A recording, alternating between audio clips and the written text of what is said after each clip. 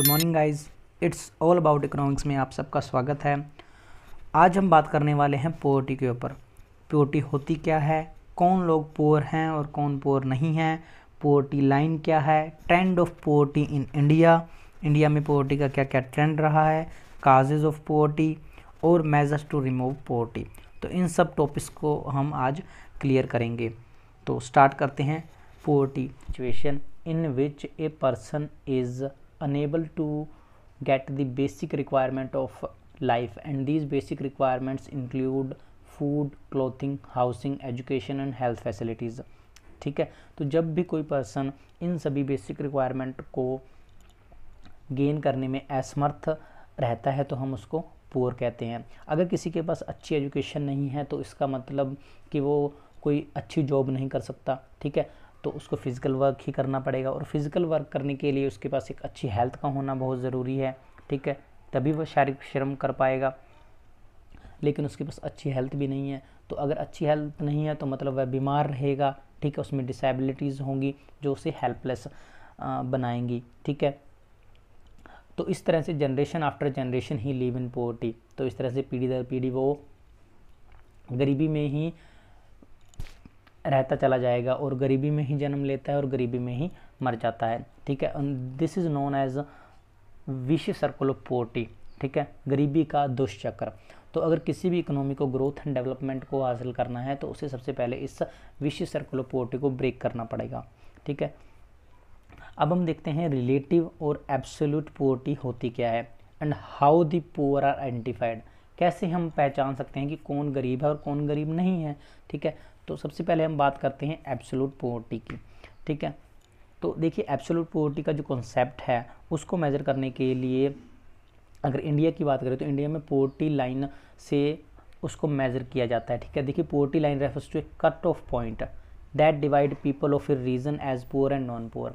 तो अगर इंडिया की बात करें तो पोवर्टी लाइन जो है, ठीक है, उसके बेस पर डिसाइड किया जाता है कि कौन गरीब है और कौन गरीब नहीं है।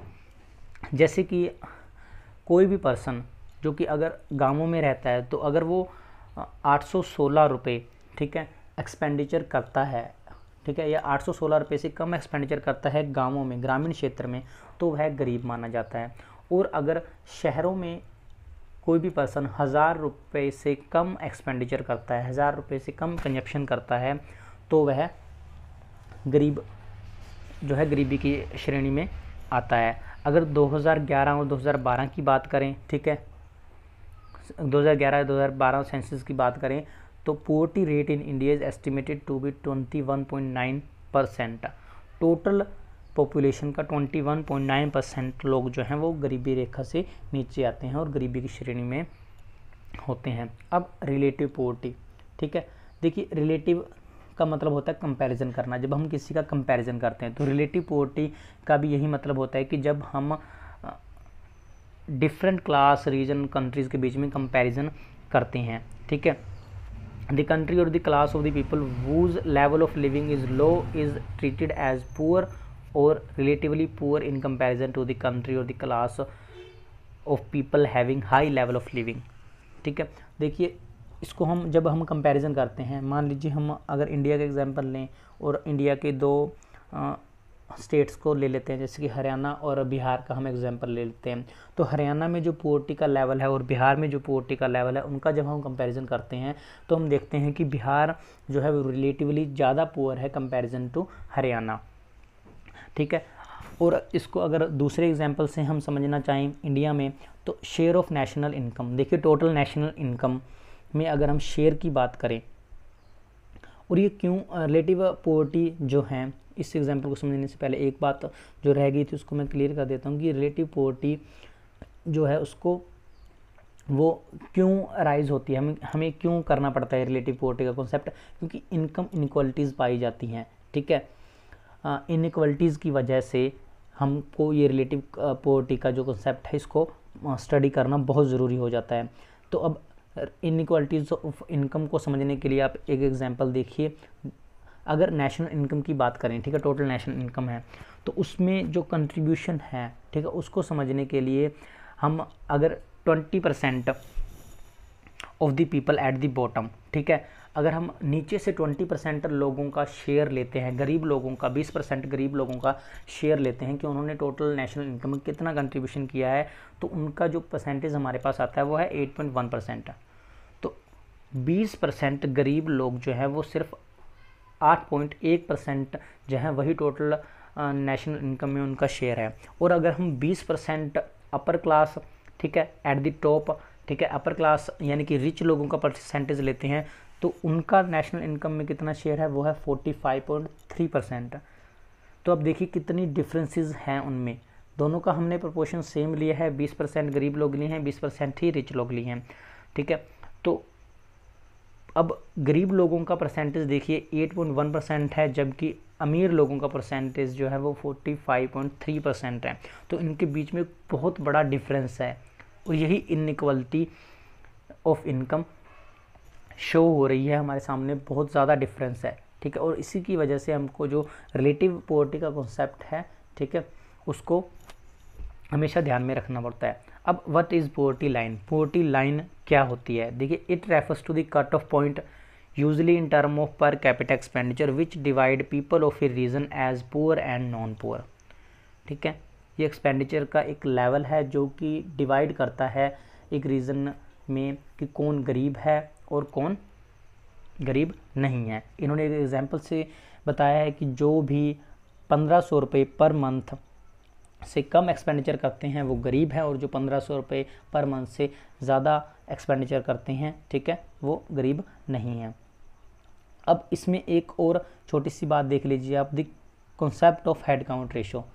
The concept of head count ratio ये जो है ये मेजरमेंट में आता है। जब आप पॉवर्टी की मेजरमेंट करेंगे तब कुछ अलग अलग कॉन्सेप्ट आपके सामने आते हैं, जिनमें head count ratio, poverty gap, ठीक है, और भी 2-3 कॉन्सेप्ट हैं, उनको हम कभी बाद में डिस्कस करेंगे, ठीक है। पहले हेड काउंट रेशो को देख लेते हैं। देखिए, हेड काउंट रेशो जो है वो एक मेजरमेंट ऑफ पॉवर्टी का टाइप है। Head count refers to the number of poor people, और हेड काउंट रेशो निकालने के लिए जब हम टोटल पॉपुलेशन और नंबर ऑफ पुअर पीपल्स को डिवाइड कर देते हैं तो हमारे पास हेड काउंट रेशो जो है वो आ जाता है। तो अब हम बात करते हैं कि अब पॉवर्टी लाइन जो है उसको कैसे डिसाइड किया जाता है।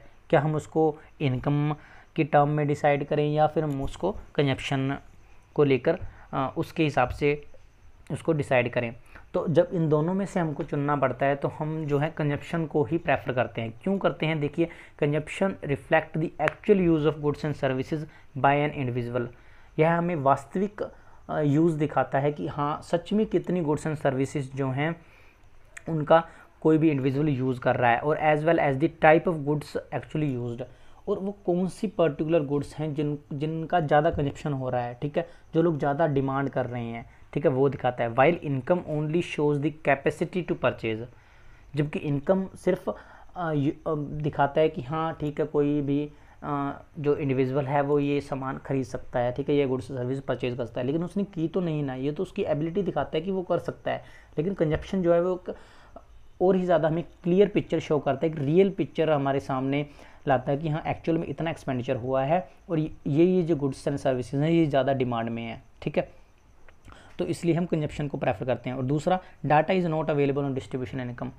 डिस्ट्रीब्यूशन ऑफ इनकम के ऊपर डाटा जो है वो अवेलेबल नहीं है, क्योंकि अगर हम इंडिया की ही बात करें तो इंडिया में ही आप इनकम का जो एस्टिमेशन है उसको लगा पाना बहुत मुश्किल है, क्योंकि लोग जो हैं टैक्स से बचने के लिए, टैक्स एविएशन के लिए अपनी इनकम को है जो छुपा कर रखते हैं, ठीक है, उसको रिवील नहीं करते कि कितनी इनकम है। अनअकाउंटेड जो हैं सेक्टर होने के कारण, ठीक है, अनऑर्गेनाइज सेक्टर होने के कारण ये जो ट्रांजिशन होती हैं कुछ, ठीक है, वो उनका डाटा हमें कभी मिल ही नहीं पाता। तो इसके लिए डाटा जो है इनकम के ऊपर अवेलेबल नहीं है, तो इसलिए अच्छा मेजर नहीं होता, and that's why poverty line जो है वो कंजप्शन के ऊपर ही बनाई जाती है। अब नेक्स्ट हम बात करते हैं दी trend of poverty in India.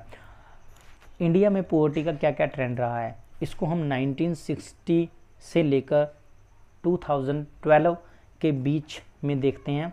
हमारे पास एक टेबल है और एक ग्राफ है, ठीक है। टेबल में पहली रो में हमारे पहले कॉलम में हमारे पास दिया गया ईयर, सेकंड में नंबर ऑफ दी पीपल, और थर्ड में है टोटल परसेंटेज कि कितने परसेंट लोग टोटल पॉपुलेशन में से जो हैं वो गरीब थे। अब अगर ग्राफ की बात करें तो ग्राफ में हम देखिए एक्स एक्सिस पर हमारे पास ईयर्स हैं और वाई एक्सिस पर हमारे पास परसेंटेज ऑफ द पॉपुलेशन है, ठीक है। अब सबसे ज़्यादा जो है गरीबी किस ईयर में रही थी उसको देखिए, वो था 1979 एंड 80, जिसमें about 48% of the total population is poor, 48% of total population is poor. और सबसे कम कब था? 2011 और 12 में, जो थी 21.9%, ठीक है। तो आपको टेबल से और ग्राफ से क्लियरली शो हो रहा है कि किस में सबसे ज़्यादा पॉवर्टी थी और किस में सबसे कम पॉवर्टी थी। तो नेक्स्ट चलते हैं, अब आते हैं हमारे पास काजेज ऑफ पॉवर्टी, ठीक है। क्या कारण हैं, वो कौन कौन से रीजंस हैं जो पॉवर्टी को बढ़ाते हैं, ठीक है। अब poverty with respect to the underdevelopment of the Indian economy, अगर इंडियन इकोनॉमी को अगर हम लेके चलते हैं तो उसमें सबसे पहला पॉइंट हम लेते हैं लो लेवल ऑफ नेशनल प्रोडक्ट, ठीक है। देखिए नेशनल प्रोडक्ट होता है कि टोटल इकोनॉमी में कितनी गुड्स एंड सर्विसेज जो हैं उनका प्रोडक्शन हो रहा है, ठीक है। तो उसका जो साइज़ है वो बहुत ही कम है in comparison to total population. जितनी पॉपुलेशन है उसके हिसाब से जो प्रोडक्शन है वो नहीं हो रहा। तो लो पर कैपिटा इनकम इज़ ओबियसली कौन सी, क्यों? अगर प्रोडक्शन नहीं हो रहा, ठीक है, प्रोडक्शन कम है तो मतलब कि एम्प्लॉयमेंट कम है, एम्प्लॉयमेंट कम है तो इनकम भी कम ही होगी, ठीक है। तो ये भी एक कारण है पॉवर्टी के सस्टेनमेंट के लिए और पॉवर्टी के होने का इंडिया में। अब लो रेट ऑफ ग्रोथ, ठीक है। देखिए rate of growth of the economy has been quite low during 5 year plan in India. 5 योजनाओं में गवर्नमेंट अपने गोल्स डिसाइड करती हैं और फिर उन 5 सालों में उन गोल्स को अचीव करने के लिए पॉलिसीज़ बनाती हैं और उसके ऊपर इम्प्लीमेंट करती है। तो ड्यूरिंग 5 ईयर प्लान में जीडीपी की ग्रोथ रेट थी वो सिर्फ 5% थी, लेकिन उसके साथ ही 2% से पॉपुलेशन ग्रोथ भी हो रहा था, जिससे कि पर कैपिटा इनकम सिर्फ 3% से ही बढ़ी। तो low growth rate of the per capita income has tend to sustain poverty. तो ये भी एक कारण है पॉवर्टी के इंडिया में होने का, क्योंकि आपकी जो ग्रोथ रेट है वो लो है। लो ग्रोथ रेट का मतलब है कि low rate of production, low rate of investment, low rate of saving, ठीक है। तो इसलिए जो पॉवर्टी है वो सस्टेन ही रहती है। नेक्स्ट है हमारे पास हैवी प्रेशर ऑफ पॉपुलेशन, ठीक है। देखिए हैवी प्रेशर ऑफ पॉपुलेशन का मतलब है कि पॉपुलेशन का ज़्यादा जो है प्रेशर हो रहा है, पॉपुलेशन आपकी काफ़ी मतलब तेज़ी से इंक्रीज़ हो रही है, जिससे कि जो एग्जिस्टेंस हमारे रिसोर्सेज हैं उनके ऊपर ज़्यादा प्रेशर पड़ रहा है। अब ये ग्रोथ रेट ऑफ पॉपुलेशन हो क्यों रहा है? देखिए पीछे हमने क्या पढ़ा था, स्लो ग्रोथ रेट। अब उस स्लो ग्रोथ रेट से हुआ क्या? ग्रोथ तो हो रही है, चाहे वो स्लो ही है लेकिन ग्रोथ तो हो रही है। तो उस ग्रोथ से हुआ क्या? उस ग्रोथ से हुआ ये कि मेडिकल फैसिलिटीज़ और इम्प्रूव होने से डेथ रेट जो है वो कम हो गई। तो डेथ रेट कम होने से क्या हुआ, लोग जो हैं मतलब कम मरने लगे अब, ठीक है, लोगों की डेथ कम होने लगी, लेकिन बर्थ रेट वहीं की वहीं है, ठीक है। तो उससे क्या हुआ, डेथ रेट कम होगी, बर्थ रेट पहले के जैसे ही बनी हुई है, तो उससे पॉपुलेशन जो है वो इंक्रीज़ होने लगी और हैवी प्रेशर जो है पॉपुलेशन का वो हमें देखने को मिला, ठीक है। जैसे कि अब 1991 में पॉपुलेशन थी 84.63 करोड़, जो कि 2011 में 121 करोड़ के पास पहुंच गई। तो अब heavy pressure of population adds to dependency burden implying greater pressure of population compound poverty, ठीक है। तो हैवी प्रेशर ऑफ पॉपुलेशन ने गरीबी को फिर से बूस्ट अप कर दिया, ठीक है, उसको बढ़ा दिया। अब उसके बाद हमारे पास आता है इन्फ्लेशनरी स्पिरल, ठीक है। अब ये इन्फ्लेशनरी स्पिरल क्या होता है? इन्फ्लेशनरी स्पिरल क्या मतलब होता है? कंटिन्यू या persistent rise in general price level. जब आपके प्राइजेज जो हैं वो कंटिन्यूसली साल दर साल बढ़ते ही चले जाते हैं। अब ये क्यों बढ़ते हैं? अब उन तीनों पॉइंट्स को देखिए, आप साथ में ले लीजिए जो हमने पीछे पढ़े हैं, जिनमें हमारा नेशनल इनकम, लो नेशनल इनकम था, लो रेट ऑफ ग्रोथ था, अब हैवी प्रेशर ऑफ पॉपुलेशन था। अब देखिए आपका नेशनल इनकम लो है, नेशनल प्रोडक्ट जो है वो लो है, ग्रोथ रेट आपकी लो है, ठीक है। तो मतलब आपकी इकोनॉमी में जो प्रोडक्शन हो रहा है वो कम है, आपकी सप्लाई कम है, लेकिन हैवी प्रेशर ऑफ पॉपुलेशन भी है, साथ में पॉपुलेशन इंक्रीज़ हो रही है। तो देखिए अब पॉपुलेशन इंक्रीज़ हो रही है, पॉपुलेशन बढ़ रही है, तो उसका मतलब क्या है? उसका मतलब है कि ज़्यादा लोग हैं मतलब अगर कोई भी इंसान लगा लो प्रोडक्शन नहीं कर रहा, ठीक है, लेकिन प्रोडक्शन नहीं कर रहा लेकिन वो कंजप्शन तो करता ही है। अब खाना तो खाएगा ही ना, चाहे वो कुछ कमा नहीं रहा, कोई काम नहीं कर रहा, लेकिन वो खाना तो खाएगा ही ना, थोड़ी बहुत डिमांड तो करेगा ही ना, ठीक है। तो हैवी प्रेशर पॉपुलेशन से क्या हुआ, एग्रीगेट डिमांड इंक्रीज हो गई। तो जब aggregate demand increase more than aggregate supply, ठीक है, तो एग्रीगेट सप्लाई से, क्योंकि एग्रीगेट सप्लाई तो आपकी बढ़ ही नहीं रही, आपका जो नेशनल आउटपुट है वो भी कम है और आपकी ग्रोथ रेट भी कम है, लेकिन एग्रीगेट डिमांड इंक्रीज होगी because of the population increment. तो उससे क्या हुआ, एग्रीगेट डिमांड एग्रीगेट सप्लाई से ज़्यादा हो गई, जिससे कि इन्फ्लेशनरी स्पिरल जो है आपकी इकोनॉमी में परसिस्ट कर रहा। और ये भी एक कारण है मतलब कि पॉवर्टी का इंडिया में होने का, ठीक है। तो नेक्स्ट हमारे पास आता है अनएम्प्लॉयमेंट, अंडर एम्प्लॉयमेंट। एम्प्लॉयमेंट का मतलब है कि लोगों के पास काम नहीं है, ठीक है, लोग कमा नहीं रहे। तो जाहिर सी बात है कि अगर लोगों के पास काम नहीं है तो ठीक है, उनकी इनकम नहीं होगी, इनकम नहीं होगी, ठीक है, वो कुछ भी प्रोडक्शन नहीं कर, लोगों के पास काम नहीं है तो वो प्रोडक्शन में अपना कंट्रीब्यूशन नहीं दे रहे, ठीक है। अब लेकिन किसी के पास काम भी नहीं है तो फिर वो डिमांड तो करता ही है, लेकिन ठीक है, हमने पीछे इसी के बारे में बात की है, वो कंजप्शन तो करता ही है, ठीक है। तो उससे फिर से एग्रीगेट डिमांड तो इंक्रीज़ होती ही है, लेकिन एग्रीगेट सप्लाई इंक्रीज है तो फिर से वो इन्फ्लेशनरी स्पिरल को बढ़ावा देता है। अब अंडर एम्प्लॉयमेंट जो है वो भी काफ़ी पाई जाती है इंडिया में। इंडिया देखिए एक बेसिकली एग्रीकल्चर कंट्री है, ठीक है, एग्रीकल्चर पर काफ़ी डिपेंडेड हैं हम। तो उसमें क्या है, डिस्गाइज अनएम्प्लॉयमेंट, छिपी बेरोजगारी और सीजनल अनएम्प्लॉयमेंट जो है वो पाई जाती हैं, ठीक है। तो poverty is just a reflection of unemployment, गरीबी जो है वो अनएम्प्लॉयमेंट का ही रिफ्लेक्शन है। लोगों के पास काम नहीं है, लोगों की इनकम नहीं है, इसीलिए तो वो गरीब हैं। अगर सबके पास काम होगा, सबकी एक अच्छी इनकम होगी तो वो गरीब थोड़ी होंगे, ठीक है, वो अपना लिविंग स्टैंडर्ड बढ़ा लेंगे। अब इन 2011 and 12 the number of unemployed person in India was around 2.45 crore. It further increased in 4.35 crore till March 2016. अब 2011-12 में 2.45 करोड़ अनएम्प्लॉयड पर्सन थे, जो कि 2016 में नियर अबाउट डबल के आसपास हो गए, 4.35 करोड़, ठीक है। तो ये भी एक मेन कारण है पॉवर्टी के होने का। नेक्स्ट है capital deficiency. Capital is the one of the principal factor of economic growth. अगर किसी को भी इकोनॉमिक ग्रोथ अचीव करनी है तो उसके लिए कैपिटल बहुत ही इम्पोर्टेंट है, लेकिन अनफॉर्चुनेटली इंडिया में कैपिटल स्टॉक और कैपिटल फॉर्मेशन दोनों ही बहुत लो हैं, ठीक है। अब low capital points to low productivity, ठीक है। अगर आप कैपिटल का कम यूज़ करते हो तो मतलब आपकी जो उत्पादक क्षमता है, प्रोडक्टिविटी है, वो भी कम है। अब low capital means low level of production capacity और लो लेवल ऑफ एम्प्लॉयमेंट। तो लो लेवल ऑफ एम्प्लॉयमेंट फिर से वही सिचुएशन, तो दैट्स वाई पॉवर्टी सस्टेन। तो कैपिटल एफिशिएंसी भी एक मेन कारण है पॉवर्टी के होने का। अब हमारे पास आता है lack of able and efficient entrepreneur, ठीक है। देखिए जीडीपी ग्रोथ के लिए आपको एफिशिएंट एंड स्किल एंटरप्रेन्योर चाहिए, जो कि इंडस्ट्रीज़ को सेटअप करें, ठीक है। वो एग्रीकल्चर में भी हो सकते हैं और एग्रीकल्चर को भी इम्प्रूव कर सकते हैं। लेकिन इंडिया में देखिए